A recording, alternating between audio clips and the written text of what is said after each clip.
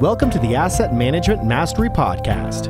Your hosts, Gary Lipsky and Kyle Mitchell, have more than 50 years of combined experience in operations and management and more than 25 years of real estate investing experience. This show focuses on educating syndicators and apartment owners on how to build systems and manage their properties more efficiently to become a best-in-class operator. 100% straight talk. Let's jump in.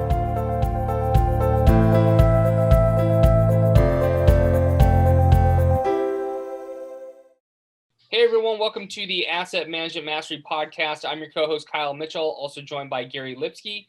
This podcast is focused on educating operators, building better systems, and becoming a best-in-class operator. Also, be sure to check out our Facebook group, Asset Management Mastery.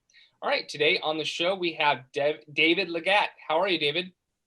Hey, Kyle. Nice to meet you. Well, we appreciate you coming on. If you can start by telling the listeners a little bit about yourself and what you currently do.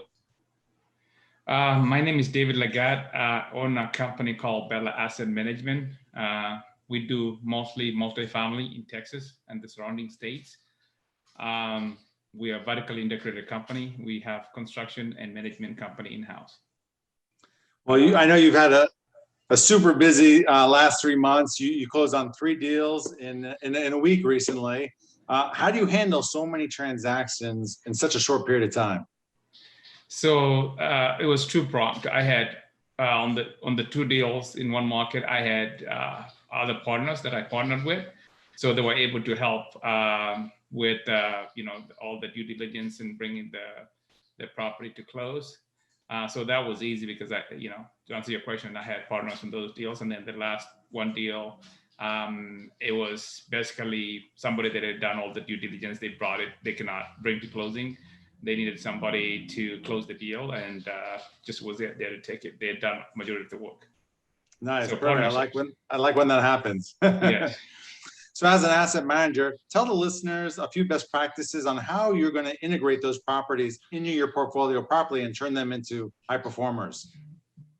So, 2 of the properties were already, stabilized. So they're, middle of the fairway, not a lot of, very slight value add. And so what we're going to do is we're going to do a view CapEx, very minimal CapEx, and just try to, cut down on the delinquency and burn down the loss to lease. On a third one, it's a management play. So that one we're going to have to put hands on re-tenanting and whatnot. So, we've been in this for going 20 years now. So we've been around the block for a while. So we think we have the ability to bring those to stabilization. And are those the typical 3 to 5 year hold time, or do you have a different exit strategy for these properties?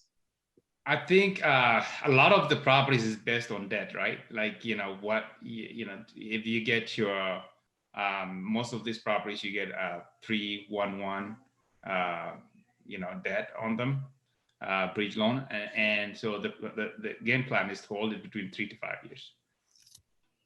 Nice. And out of curiosity, what kind of rate did you get for your bridge loan? What kind of fees were involved for them? Low 3s. I think we were very low 3s. The other one though, we didn't use bridge debt because we only had 10 days to close. So we just used a bank line of credit that we do have at the bank, and so we were able to close on that with line of credit. And then what we'll do is we'll refinance after that. We didn't have enough time to do anything. And you touch on something that was really important, because I think a lot of asset managers don't have that line of credit.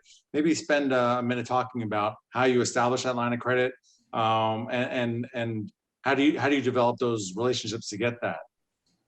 So it's over the years, right? So what I did was I have I guess some people call it SLOT, securities line of credit.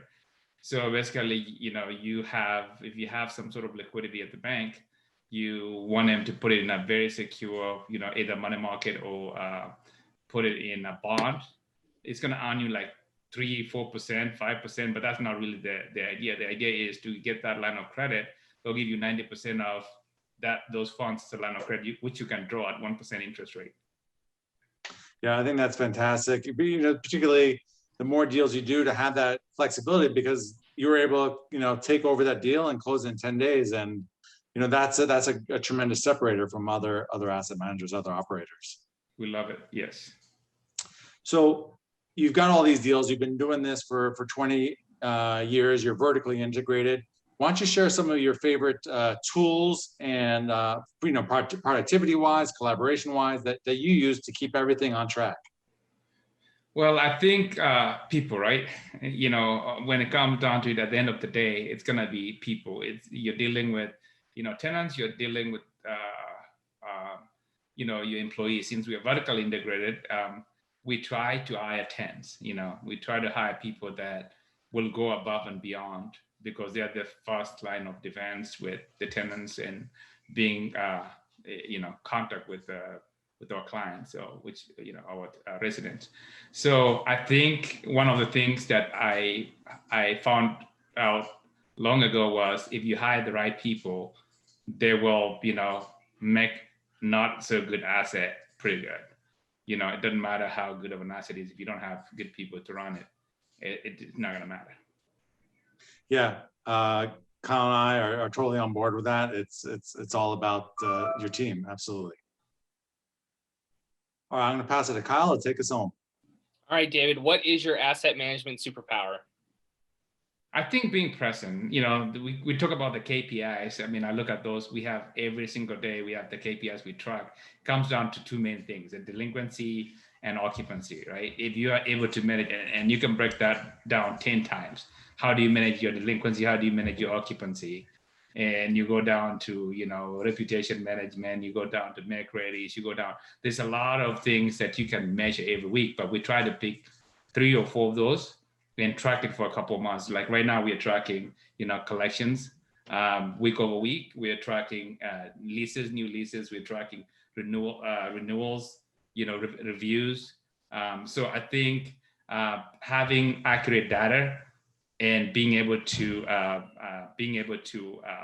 allocate your marketing dollars based on the data you got gives you an edge.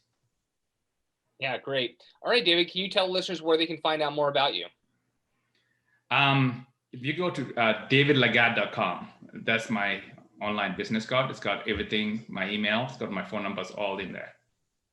Awesome. All right. Well, thanks for everyone for listening in. If you like this episode, please head over to iTunes and Stitcher, give us a subscribe, like, and review so we can continue to grow the audience. And we'll talk to everyone next week. Thanks for having me, guys. Thank you. Thanks for listening. If you enjoyed the show, please go to iTunes and leave a rating and written review to help us grow and reach more listeners. You can also go to the Asset Management Mastery Group on Facebook so you can reach Kyle and Gary and ask your questions that you want them to answer on the show. Subscribe too so you can get the latest episodes. Lastly, to stay updated, go to assetmanagementmastery.com and sign up for the newsletter. If you're interested in partnering with Gary and Kyle, sign up on the contact page so you can talk to them directly. Thanks again for joining us. Be sure to tune in again next week for another episode.